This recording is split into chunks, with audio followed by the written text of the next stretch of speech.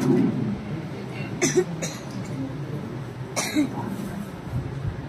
الحمد لله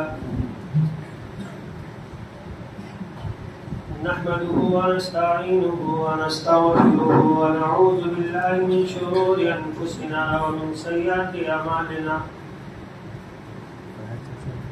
من يهد الله فلا مضل له ومن يضلل فلا هادي له وأشهد أن لا إله إلا الله وحده لا شريك له وأشهد أن محمدا عبده ورسوله أرسله بالحق بشيرا ونذيرا أما بعد فإن أصدق الحديث كتاب الله وخير الهدي هدي محمد صلى الله عليه وسلم وشر الأمور محدثاتها وكل محدثة بدعة وكل بدعة ضلالة وكل ضلالة في النار. أعوذ بالله من الشيطان الرجيم. بسم الله الرحمن الرحيم. إنا أنزلناه في ليلة القدر وما أدراك ما ليلة القدر ليلة القدر خير من ألف شهر تنزل الملائكة والروح فيها بإذن ربهم من كل أمر سلام هي حتى مطلع الفجر.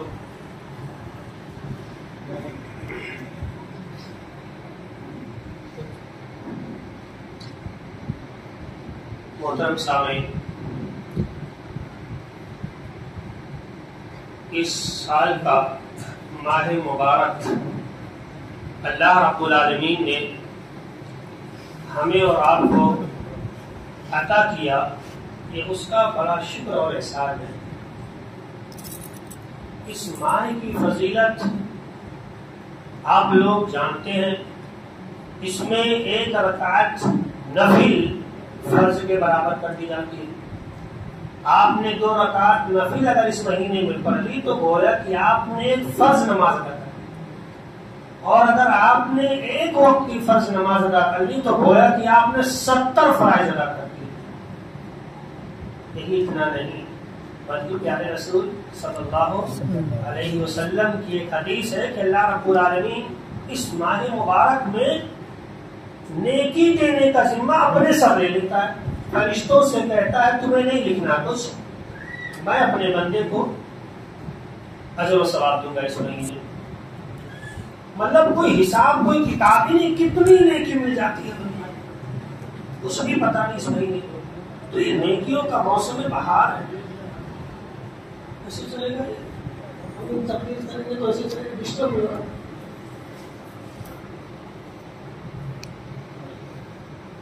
رکو انہیں سلمان تھوڑی دیر ہاں ٹھیک۔ میں مختصر انداز میں آپ کے درمیان کچھ باتیں عرض کر کے رخصت ہوں گا۔ آئیے سیدھا ٹاپک پر چلتے ہیں۔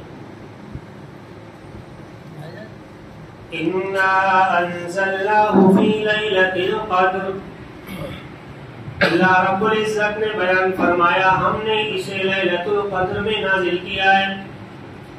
میرے پیارے بھائیو، اللہ تعالیٰ نے کون سی چیز لیلۃ القدر میں نازل فرمائی ہے؟ آپ سب جانتے ہیں وہ قرآن کریم ہے، وہ کلام اللہ، اللہ رب العالمین کی کتاب ہے، جس کے آنے کے بعد اللہ تعالیٰ نے ساری کتابوں کو منسوخ کر دیا۔ اب آپ دنیا کی کسی بھی کتاب پر عمل نہیں کر سکتے۔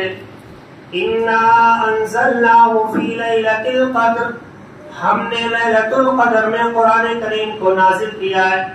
میرے پیارے بھائیوں، قرآن کریم کی عظمت کو جاننے کے لیے، اس کی فضیلت کو سمجھنے کے لیے احادیث کی کتابوں کو جب ہم اٹھاتے ہیں، بے شمار حدیث ملتی ہیں، بے شمار واقعات ملتے ہیں۔ اللہ کے نبی صلی اللہ علیہ وسلم نے غلاموں کو بھی امیر بنا دیا، اور آپ کے پیارے اصحاب نے عالم قرآن کو مکہ کا گورنر تک بنا دیا۔ میں آپ کے سامنے ایک پیارا سا واقعہ رکھتا ہوں۔ عمرو بن سلمہ رضی اللہ تعالیٰ عنہ پیارے چھوٹے سے بچے ابھی یہ بیان فرماتے ہیں کہ ہم لوگ ایک چشمے پر تھے، دریا کے کنارے تھے، وہاں سے لوگوں کا گزر ہوا کرتا تھا، تو جو لوگ مکہ سے آتے تھے تو ہمارے قافلے والے وہاں پر موجود لوگ آنے والے مسافروں سے پوچھا کرتے تھے کہ یہ بتاؤ محمد کیا دعویٰ کرتا ہے۔ میرے پیارے بھائیوں میں انہی کے لفظ آپ کے سامنے بیان کر رہا ہوں۔ وہ کہتے تھے کہ بتاؤ محمد کیا کہتا ہے، تو قافلہ بتاتا، آنے والا یا مسافر بتاتے، وہ کہتا ہے کہ میں نبی ہوں، وہ نبوت کا دعویٰ کرتا ہے۔ قافلے والے پوچھتے مسافروں سے کہ یہ بتاؤ کیا اس کے پاس اس پر کوئی دلیل ہے، تو خبر دینے والا دلیل دے دیتا، وَمَا أَرْسَلْنَاكَ إِلَّا رَحْمَةً لِّلْعَالَمِينَ، اے نبی ہم نے آپ کو رحمت کائنات بنا کر کے بھیجا ہے۔ عمرو بن سلمہ بیان فرماتے ہیں پھر دوسرا قافلہ آتا، پھر دوسرے لوگ وہاں سے گزرتے تو ہمارے پاس موجود لوگ سوال کرتے ہیں بتاؤ محمد کیا دعویٰ کرتا ہے۔ بتایا جاتا کہ محمد نبوت کا دعویٰ کرتا ہے۔ کہا جاتا کیا اس کے پاس اس بات پر، اس دعوے پر کوئی دلیل ہے، تو آنے والے مسافر دلیل دیتے ہیں ہاں وہ یہ دعویٰ کرتا ہے اور اپنے دعوے پر یہ دلیل دیتا ہے، قُلْ يَا أَيُّهَا النَّاسُ إِنِّي رَسُولُ اللَّهِ إِلَيْكُمْ جَمِيعًا، اے دنیا والو سنو میں تم سب کی جانب اللہ کا رسول بنا کر کے بھیجا گیا ہوں۔ میرے پیارے بھائیوں، چشمے کے کنارے، دریا کے کنارے عمرو بن سلمہ رضی اللہ تعالیٰ عنہ اور ان کا پورا قافلہ رکا ہوا ہے۔ یہ اسی قافلے میں موجود ابھی چھوٹے سے بچے ہیں۔ تیسرا قافلہ وہاں سے گزرا، تیسرے سواروں کا قافلہ وہاں سے گزرا۔ عمرو بن سلمہ رضی اللہ تعالیٰ عنہ بیان فرماتے ہیں ہمارے پاس موجود مسلمانوں نے ان سے سوال کیا، ہمارے پاس موجود لوگوں نے ان سے سوال کیا کہ یہ بتاؤ محمد کیا دعویٰ کرتا ہے، تو مکہ سے آنے والا قافلہ یہ خبر دیتا وہ نبوت کا دعویٰ کرتا ہے، وہ نبوت کا دعویٰ کرتا ہے، اپنے آپ کو نبی کہتا ہے اور وہ یہ کہتا ہے کہ میں نبی ہوں۔ پوچھنے والے کہتے بتاؤ کیا وہ اپنی نبوت پر کوئی دلیل بھی لے کر کے آیا ہے؟ بتایا جاتا ہاں اپنی نبوت پر وہ دلیل بھی دیتا ہے۔ لوگ کہتے بتاؤ وہ کون سی دلیل بیان کرتا ہے؟ بیان کیا جاتا وہ کہتا یا ایھا النبی انا ارسلناک شاہدا ومبشرا ونذیرا وداعیا الی اللہ باذنہ وسراجا منیرا۔ آنے والے خبر دیتے وہ کہتا کہ اللہ تعالیٰ نے مجھ سے کہا اے نبی ہم نے آپ کو شاہد اور گواہ بنا کر کے بھیجا ہے، ہم نے آپ کو جنت کی جانب بلانے والا اور جہنم سے ڈرانے والا بنا کر کے بھیجا ہے، ہم نے آپ کو پوری دنیا میں سب سے زیادہ خوبصورت اور نیک سیرت بنا کر کے بھیجا ہے۔ میرے پیارے بھائیوں، عمرو بن سلمہ جو ابھی 6 یا 7 سال کی عمر میں بیان فرماتے قافلے والے آتے جاتے ان سے سوال کیا جاتا اور وہ لوگ سوالوں کا جواب دیتے چلے جاتے تھے، اور جب ان سے دلیل مانگا جاتا تو وہ لوگ دلیل بھی دے دیا کرتے تھے، قرآن کریم کی آیت کریمہ بھی پڑھ کر سنا دیا کرتے تھے۔ عمرو بن سلمہ رضی اللہ تعالیٰ عنہ بیان فرماتے ہیں قافلے والے اللہ کے رسول کی نبوت پر جتنی بھی دلائل پیش کرتے وہ ساری کی ساری دلیلیں میں یاد کر لیا کرتا تھا۔ کسی نے کہا وَمَا أَرْسَلْنَاكَ إِلَّا رَحْمَةً لِّلْعَالَمِينَ، اے نبی ہم نے آپ کو رحمت کائنات بنا کر کے بھیجا ہے۔ عمرو بن سلمہ کہتے میں نے یہ آیت کریمہ یاد کر لی۔ کسی نے کہا قُلْ يَا أَيُّهَا النَّاسُ انی رسول اللہ علیکم جمیعا، اے نبی ہم نے آپ کو ساری کائنات والوں کے لیے نبی بنا کر کے بھیجا ہے۔ عمرو بن سلمہ کہتے ہیں اس طرح سے میں نے یہ بھی آیت کریمہ یاد کر لی۔ کہتے نہ جانے کتنے قافلے مکہ سے آئے اور سارے قافلے اللہ کے رسول کی نبوت پر دلیل دیتے ہوئے چلے گئے، میں نے وہ ساری کی ساری دلیلیں یاد کر لی، ساری کی ساری دلیلیں سینے میں محفوظ کر لی۔ میرے پیارے بھائیوں، قرآن کا رتبہ دیکھو، قرآن کا مقام دیکھو۔ اب آگے غور سے سنو کیا ہوتا ہے۔ عمرو بن سلمہ رضی اللہ تعالیٰ عنہ بیان فرماتے ہیں مکہ فتح ہو جاتا ہے، میرے والد محترم اسلام قبول کر لیتے ہیں، کلمہ طیبہ کا اقرار کر لیتے ہیں، اسلام میں داخل ہو جاتے ہیں۔ اسلام قبول کرنے کے بعد گھر پر آتے ہیں، محلے والوں کو اکٹھا کرتے ہیں، محلے والوں سے کہتے ہیں لوگوں سنو، میں جس ذات سے مل کر کے آیا ہوں جھوٹا نبوت کا دعویٰ نہیں کرتا ہے، وہ یقیناً سچا رسول ہے اور سچا نبی ہے، اور سنو وہ 5 وقت نماز کی تعلیم دیتا ہے، وہ کہتا ہے جب نماز کا وقت ہو جائے تو نماز پڑھو اور اذان دے دو، اور تم میں سے جسے قرآن کریم زیادہ یاد ہو وہ امامت کرائے۔ کیا کہا؟ وہ نبی یہ تعلیم دیتے ہیں نماز کا وقت ہو جائے اذان دے دو اور تم میں جسے زیادہ قرآن یاد ہو امامت کرا دے۔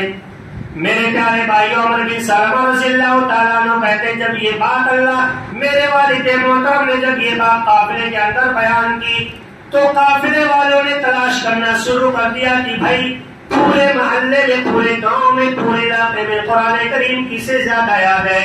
بڑے بڑے عمر دراز لوگ کے بھائی آپ کی عمر 50 سال ہے، آپ کو قرآن کریم کتنا یاد ہے؟ کہنے والے کہتے ہیں مجھے اتنا یاد ہے۔ کسی اور نے پوچھا گیا اس کی عمر 60 برس 65 برس کی ہے، بھائی تمہیں قرآن کریم کتنا یاد ہے؟ وہ کہتے بھائی مجھے اتنا یاد ہے۔ عمر بن سلمہ کہتے پورے محلے کو چھان مارا گیا، ایک آدمی سے سوال کیا گیا، سارے لوگوں سے پوچھ لیا گیا، اب اس کے بعد میرے والد محترم اور قافلے والوں نے مجھ سے پوچھا اے بچے بتاؤ تمہیں قرآن کریم کتنا یاد ہے؟ عمر بن سلمہ کہتے ہیں میں نے پورا قرآن کریم پڑھ کر کے سنا دیا جتنا بھی مجھے یاد تھا۔ معلوم یہ ہوا پورے محلے میں جب جانچ اور پڑتال کیا گیا تو سب سے زیادہ قرآن کریم مجھے یاد تھا، لیکن پورے محلے میں عمر میں سب سے چھوٹا میں ہی تھا، سب سے چھوٹا میں ہی تھا، لیکن سب سے زیادہ قرآن کریم مجھے ہی یاد تھا۔ اب نماز کا وقت ہو جاتا ہے، اذان دے دی جاتی ہے، اب اس کے بعد پورے محلے والے، پورے قبیلے والے مجھے مصلی پر بڑھا دیتے ہیں امامت کرنے کے لیے۔ میرے پیارے بھائیوں یہ قرآن کریم کا مقام ہے، ایک بچے کو بھی امام بنا دیا قرآن کریم نے۔ ہمارے بچے دیکھو چھوٹے چھوٹے، انہیں بھی 10 سورتیں بھی نہیں یاد ہے، انہیں برابر کلمہ طیبہ اس کا معنی مفہوم بھی نہیں یاد ہے۔ میرے پیارے بھائیوں عمر بن سلمہ رضی اللہ تعالیٰ عنہ بیان فرماتے ہیں اس وقت میری عمر 6 یا 7 برس کی رہی ہوگی، اس سے زیادہ میری عمر نہیں تھی۔ میرے پیارے بھائیوں غور کرنے والی بات یہی ہے اللہ نے لیلۃ القدر میں جس قرآن کو نازل کیا ہے، جب ایک بچے نے اس قرآن کو یاد کر لیا تو اللہ تعالیٰ نے اسے امام بنا دیا اور امامت کا منصب عطا کر دیا۔ بزرگوں کی وہ امامت کرا رہا ہے۔ ہم کتنا بد نصیب ہیں، ہم قرآن کریم دیکھ کر کے تو پڑھتے ہیں لیکن 2-4 صفحہ بھی ہمیں زبانی قرآن کریم یاد نہیں ہے۔ اگر امام صاحب مسجد میں نہ رہے تو کوئی امامت کرانے کے لائق نہیں رہ جاتا ہے۔ میرے بھائی یہ بڑی افسوس کی بات ہے، ہم مسلمان ہیں لیکن ہم نے سوچ لیا کہ قرآن یاد کرنا صرف عالم دین کا کام ہے، یہ بہت بڑی غلطی ہے۔ قرآن کریم یاد کرنا بچے بچے کا کام ہے اور محلے والوں کی ذمہ داری ہوتی ہے کہ حفاظ کرام کو رکھیں، عالم دین کو رکھیں تاکہ وہ ہمارے بچوں کو قرآن کریم کی تعلیم دیں، قرآن کریم حفظ کرائیں۔ میرے پیارے بھائیوں عمر بن سلمہ بیان فرماتے کہ ایک دن میں امامت کرا رہا تھا، اتنے میں میرے قافلے کی ایک عورت گزری، میں امامت کرا رہا تھا، سجدے میں تھا اور وہ محلے والی عورت، قافلے والی عورت وہاں سے گزرتی ہے، اتنے میں اس کی نگاہ میری شرمگاہ پر پڑ جاتی ہے۔ کپڑا اس زمانے میں بہت کم ہوا کرتا تھا، کہتے ہیں میرا کپڑا چھوٹا تھا جو میں چادر اوڑھ رکھا تھا، جب میں سجدے میں جاتا تھا تو پیچھے سے شرمگاہ کھل جایا کرتی تھی، لیکن سارے صحابہ سجدے میں رہتے، کسی کو خبر نہ ملتی۔ اب وہ عورت گزر رہی ہے، اس کی نگاہ میری شرمگاہ پر پڑ گئی، وہ عورت وہیں سے آواز لگاتی ہے ارے مسلمانوں اپنے امام کا سطر تو ڈھانپ دو، اپنے امام کی شرمگاہ تو چھپا دو۔ عمر بن سلمہ رضی اللہ تعالیٰ عنہ کہتے ہیں اس کے بعد پورے محلے والوں نے پیسے اکٹھا کیے، روپے اکٹھا کیے اور پیسہ اکٹھا کرنے کے بعد میرے لیے ایک کپڑا سلوا دیا، اب میں وہ کپڑا پہن کر کے لوگوں کی امامت کرا رہا تھا۔ میرے پیارے بھائیوں، رمضان کا یہ مبارک مہینہ چل رہا ہے، رمضان کا یہ مبارک مہینہ چل رہا ہے۔ قرآن کریم مکمل کرنے کے بعد ایک عالم دین کو کتنی خوشی ہوتی ہے آپ کو نہیں معلوم ہے، ایک حافظ صاحب کو کتنی خوشی ہوتی ہے اور آپ کو نہیں معلوم ہے۔ اور جب آپ ان کا معاوضہ دیتے ہیں قرآن کریم پڑھنے کا، جب آپ ان کے ہاتھ میں تحفہ دیتے ہیں قرآن کریم پڑھنے کا، تو میرے پیارے بھائیوں اتنی خوشی حافظ قرآن کو کبھی نہیں ہوتی ہے۔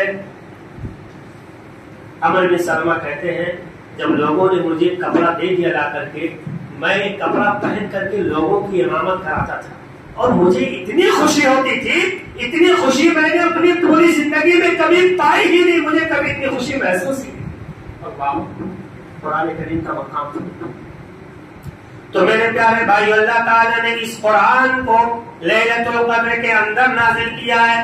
لیلۃ القدر خیر من الف شہر، اے لوگوں سنو، لیلۃ القدر یہ شب قدر 83.5 سال یا 84.5 سال کی عبادت سے بھی بہتر عبادت ہوتی ہے اس رات کی۔ آپ 84 سال عبادت کر لیں اور اس رات کی عبادت کر لیں، جتنا ثواب آپ کو 84 سال عبادت کرنے میں ملے گا، اتنا ثواب اس رات میں عبادت کرنے سے اللہ تعالیٰ آپ کے نام اعمال میں درج کر دے گا۔ میرے بھائی، میرے پیارے بھائیوں، لیلۃ القدر آ چکی ہے، ہم اور آپ سو رہے ہیں، مٹر گستیاں کر رہے ہیں، گپیاں مار رہے ہیں۔ میرے پیارے بھائیوں، یہ مٹر گستی کرنے والی رات نہیں ہے، یہ عبادت کی رات ہے، یہ دعاؤں کی رات ہے، یہ عبادت کرنے کی رات ہے، یہ نوافل پڑھنے کی رات ہے، یہ دعا کرنے کی رات ہے، یہ اپنے گناہوں پر رونے کی رات ہے، یہ اللہ سے دعا کرنے والی رات۔ اللہ ہماری ماں بہنوں کی عزت لوٹی جا رہی ہے، اللہ ہماری ماں بہنوں کی عزت کی حفاظت فرما، اللہ مساجد گرائی جا رہی ہیں۔ میرے پیارے بھائیوں، اس لیلۃ القدر کی رات میں یہ دعائیں کیا کرو، اللہ مسلمانوں پر بڑا ظلم ہو، اللہ ظالموں کو تو ستیہ ناش کر دے، اللہ ہماری مسجدیں گرائی جا رہی، اللہ تعالیٰ ہماری عبادت خانوں کی حفاظت فرما لے۔ میرے پیارے بھائیوں، اس طرح سے دعا کرنے کی یہ رات ہے، یہ بڑی مبارک رات ہے۔ اس رات میں اللہ رب العالمین ہماری ساری عبادتیں قبول فرماتا ہے۔ لیلۃ القدر خیر من الف شہر، تنزل الملائکۃ والروح فیہا بإذن ربہم من کل امر۔ پورے سال بھر کا فیصلہ اللہ تعالیٰ اس رات میں کرتا ہے، کون اگلے سال کب تک جیے گا، کسے روزی کہاں سے ملے گی، کس کی زندگی میں کون سی پریشانی آئے گی، کسے آل و اولاد دینا ہے، کسے صرف بیٹا دینا ہے، کسے صرف بیٹی دینا ہے، کسے دونوں دینا ہے۔ اللہ رب العالمین یہ سارے معاملات کا فیصلہ اس ماہ مبارک کی اس لیلۃ القدر میں کرتا ہے، اس رات میں کرتا ہے، لیلۃ القدر کی رات میں کرتا ہے۔ میرے بھائی، میرے پیارے بھائیوں، ہمیں معلوم ہے لیلۃ القدر میں اللہ تعالیٰ بڑے بڑے معاملات کا فیصلہ کرتا ہے، لوگوں کی قسمت لکھتا ہے، آنے والا سال فلاں آدمی کا کیسا ہوگا، اس کی قسمت میں پریشانی ہوگی یا خوشی ہوگی۔ میرے پیارے بھائیوں، جب ہمیں یہ معلوم ہو گیا اللہ تعالیٰ اس رات میں فیصلہ کرتا ہے، اللہ رب العالمین اس رات میں لوگوں کی قسمتیں لکھتا ہے، میرے پیارے بھائیوں، تب ہمیں اس رات میں سونا نہیں چاہیے، بلکہ اللہ تعالیٰ سے دعائیں کرنا چاہیے۔ اللہ آنے والے سال میں اگر میری زندگی میں آل و اولاد لکھی نہیں ہے تو اللہ یہ چیز میری قسمت سے ہٹا دے اور میری قسمت میں آل و اولاد لکھ دے۔ اللہ اگر ہماری زندگی میں، ہمارے آنے والے سال میں اگر ہماری زندگی میں پریشانی تو نے لکھ دی ہے، اللہ اس پریشانی کو تو مٹا کر کے ہماری زندگی میں خوشی درج کر دے۔ اللہ اگر ہماری زندگی میں آنے والے سال میں اگر روزی میں بے برکت کو تو نے لکھ دیا ہے، اللہ تو اس رات میں اس بے برکتی کو ہمارے نام اعمال سے تو ہٹا دے اور آنے والے سال میں ہمارے رزق میں تو برکت عطا فرما دے۔ میرے پیارے بھائیوں، یہ بھی دعا کرو، اللہ آنے والا سال، آنے والے ایام اگر مسلمانوں کی قسمت میں پریشانی کے سال لکھ دیے گئے تو اللہ اس پریشانی کے سال کو ہٹا دے اور خوشی کا سال لکھ دے ان کی قسمت میں۔ میرے پیارے بھائیوں، دل پر ہاتھ رکھو، ہر کوئی سوچے اور اللہ کے سامنے آپ لوگ حاضر، اللہ کو حاضر و ناظر مان کر کے سوچو اور اپنے دل سے پوچھو، کیا کبھی ہم نے لیلۃ القدر میں ایسی دعائیں کی ہیں یا نہیں کی ہیں؟ کبھی کی ہم نے؟ سچ بتانا ہوگا میرے پیارے بھائی، فیصلے کی رات ہے، یہ قسمت بنانے کی رات ہے، یہ قسمت جگانے کی بات ہے. میری موت میں یہاں پر حاضر نہیں ہے ورنہ میں کہتا، لیکن آپ لوگ حاضر، آپ لوگوں سے میں ضرور کہوں گا اگر آپ کی شادی ہو چکی 2 4 6 سال 10 سال گزر گئے، بیٹے بیٹی نہیں ہو رہی ہے، اولادیں نہیں ہے، تو یہ ماہ مبارک کی لیلۃ القدر آئی ہے. جانے 1 سال کے بعد ہمیں اللہ زندگی دے یا نہ دے، اس رات میں ہم رب کے سامنے ہاتھ اٹھائیں اور اللہ سے کہیں اللہ یہ لیلۃ القدر ہے، اس میں تو لوگوں کی قسمت کا فیصلہ کرتا ہے. اللہ اتنے سال ہو گئے اولاد نہیں ہو رہی ہے، دوائیاں کرا کرا کر کے تھک گئے، اے اللہ ہماری قسمت میں نیک اولاد لکھ دے. سمجھ رہے؟ یہ رات ہے، اس رات کی قدر کو جانو.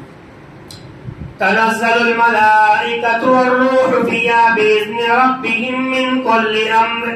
میرے پیارے بھائیوں، فرشتہ جبرائیل اور دوسرے فرشتے اس ماہ مبارک کی اس رات میں دنیا میں نازل ہوتے ہیں. فرشتہ جبرائیل کے بارے میں آپ نے سنا ہے، فرشتہ جبرائیل نبی کے دنیا سے چلے جانے کے میرے بھائیوں، فرشتہ جبرائیل کبھی دنیا کے اندر نہیں آتا ہے، لیکن جب لیلۃ القدر آتی ہے تو فرشتہ جبرائیل بھی اللہ تعالیٰ اسے بھی بھیجتا دنیا کے اندر. اللہ کتنی قسمت کی رات ہے جو فرشتہ ہمارے پیارے نبی پر، قسمت پیارے نبی صلی اللہ علیہ وسلم پر جو فرشتہ صحابہ کے زمانے میں نازل ہوتا تھا، ہمارے پیارے نبی کے ذات مقدس پر جو فرشتہ اللہ کے رسول پر نازل ہوتا تھا، میرے بھائی وہ فرشتہ آج ہماری زندگی میں حاضر ہو. کیا یہ قسمت کی بات نہیں ہے؟ میرے پیارے بھائیوں، بہت سارے فرشتے نازل ہوتے ہیں. محدثین نے لکھا، علامہ ابن کثیر رحمت اللہ علیہ نے بھی لکھا ہے، اللہ رب العالمین مسلمانوں کی بستیوں کو فرشتوں سے بھر دیتا ہے. اس رات میں اتنے فرشتے اللہ تعالیٰ نازل فرما دیتا ہے اور سارے فرشتے بندوں کی دعائیں لے کر کے آسمان دنیا پر اللہ کے پاس جاتے ہیں. میرے پیارے بھائیوں، ہم پھر کیوں نہ اس رات میں عبادت کریں، کیوں نہ تلاوت کریں، کیوں نہ اللہ کے سامنے آنسو بہائیں. وہ سارے کے سارے فرشتے آتے ہیں اور وہ کہتے ہیں اللہ یہ مسلمان ہیں، ان کے اوپر یہ پریشانی ہے، اللہ ان کے اوپر سے یہ پریشانی دور فرما دے. مسلمانوں کو، جاگنے والوں کو سلام بھی کرتے ہیں. اللہ اتنا مبارک رات ہے، ہم گنہگاروں کو فرشتے سلام کرتے ہیں. پھر بھی ہم کیا کرتے ہیں؟ کیا کرتے ہیں؟ لاپرواہی کرتے ہیں. سلام یا حتی مطلع الفجر. میرے پیارے بھائیوں، آخری بات اس سورت کی ہے، وہ فرشتے طلوع فجر تک رہتے ہیں. طلوع فجر تک وہ فرشتے مومنوں کی صفوں میں شامل رہتے ہیں، مومنوں کے محلے میں گھومتے رہتے ہیں، مومنوں کے لیے دعائیں کرتے رہتے ہیں. لیکن میرے پیارے بھائیوں، ہم اور آپ بد نصیب ہے کہ ہم فرشتوں کی دعاؤں میں شامل نہیں ہو پاتے ہیں. ہم اس رات کو مطلب گستیوں میں گوا دیتے ہیں، ہم اور آپ ادھر ادھر گھومنے میں گوا دیتے ہیں. میرے پیارے بھائیوں، پوری سال کی رات پڑی ہوئی ہے گھومنے کے لیے، لیکن کم سے کم آنے والی رات کی تو قدر کر لو. پورا مہینہ گزر گیا، ہم نے شب داری نہیں کی. میرے پیارے بھائیوں، آج 27ویں رات ہے، اس کے بعد اس مہینے کی ایک اور مبارک رات بچتی ہے. میرے پیارے بھائیوں، اس کے بعد نہ جانے اللہ تعالیٰ ہمیں موت دے یا زندگی عطا کرے، نہ جانے کس کی قسمت میں وہ سال آنے گا، نہ جانے کس کی قسمت میں آنے والے سال کا رمضان ملے گا. میرے پیارے بھائیوں، اس رات کی قدر کرو، زیادہ سے زیادہ عبادتیں کرو. جسے آل و اولاد نہیں ہو رہی ہے وہ اللہ سے دعائیں کرے، رو کر روئے گر گرائے، اے اللہ آل و اولاد نہیں ہو رہی ہے، آل و اولاد عطا فرما دے. اے اللہ ہمارے اوپر بہت ساری پریشانیاں، ظالم ہم پر ظلم کر رہا ہے، اے اللہ تو ظالموں کو ستیہ ناش کر دے. اے اللہ ہماری ماں بہنوں کی حفاظت فرما، مسجدوں کی حفاظت فرما. سمجھ رہے؟ تو میرے پیارے بھائیوں، یہ ہے لیلۃ القدر. اور لیلۃ القدر میں اللہ تعالیٰ نے قرآن کو نازل کیا. قرآن کریم اتنا عظیم ہے کہ بچے کو بھی امام بنا دیتا ہے. اور یہی اتنا نہیں، میرے پاس ٹائم نہیں بھائی، میں بیان کرتا. ابن ابزہ کا واقعہ کون نہیں جانتا؟ غلام تھے. کیا تھے؟ غلام. آقا نہیں، غلام. معلوم ہے غلام کی کیا حیثیت ہوتی تھی پچھلے زمانوں میں؟ حقارت کی نگاہ سے دیکھا جاتا تھا، جسے کوئی ویلو ہی نہیں دی جاتی تھی. اگر کسی کو ذلیل کرنا ہوتا تو لوگ اسے غلام کہہ دیتے تھے. کیا اگر کسی کو ذلیل کرنا رہتا پچھلے زمانے میں تو لوگ کہتے تو غلام ہے. مطلب اتنا غلام کی حیثیت گری ہوئی تھی. عمر بن خطاب رضی اللہ تعالی عنہ نے مکہ کا گورنر بنانا چاہا. 2 منٹ میں پھر اپنی بات ختم کروں گا. مکہ کا گورنر بنانا چاہا. کس کو بنایا؟ پورے محلے میں چھان مار آئے کہ ایک انسان سے پوچھا, پتا چلا بھائی مکہ کا گورنر اور مکہ کا امام بنانے کے لیے حافظ قرآن کم سے کم چاہیے. پورے محلے کو چھان مارا تو سب سے اچھی آواز اور سب سے زیادہ قرآن کریم جس انسان کو یاد رہا ایک غلام, اس غلام کا نام ابن ابزہ. کیا نام تھا؟ ابن ابزہ. عمر بن خطاب رضی اللہ تعالیٰ عنہ خلیفہ ثانی نے اس غلام کو مکہ کا گورنر بنا دیا. اللہ, کیا مکہ کا گورنر بنا دیا. لوگوں نے پوچھا عمر تم نے کیا کیا؟ غلام کو تم نے مکہ کا مسلح سونپ دیا, مکہ کی امامت تم نے دے دی, مکہ کا گورنر تم نے بنا دیا. عمر بن خطاب رضی اللہ تعالیٰ عنہ خاموش ہوئے اور نرم لہجے میں جواب دیا. کہا میرے پیارے بھائیوں, میں نے اسے گورنر نہیں بنایا بلکہ تمہارے نبی جناب محمد رسول اللہ صلی اللہ علیہ وسلم نے انہیں گورنر بنایا ہے.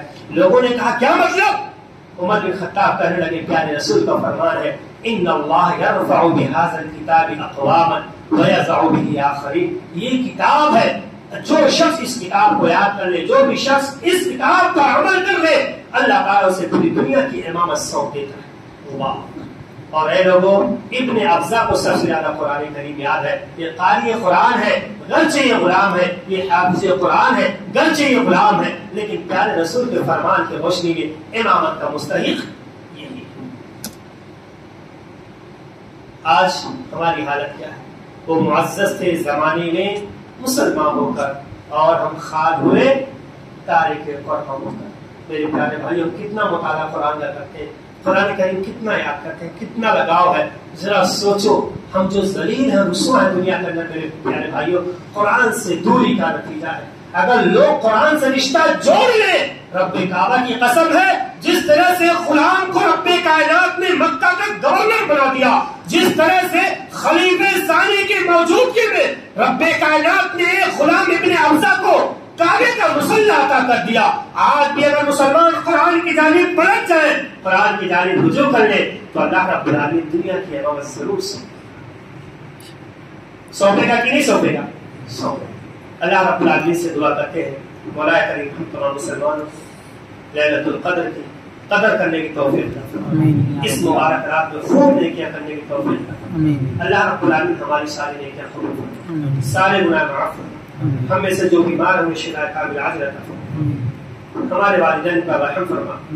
جو مسلمان انتقال کر گئے اللہ رب العالمین ان کی مغفرت فرما, انہیں کروٹ کروٹ جنت نصیب فرما, ان کے گناہوں کو معاف فرما.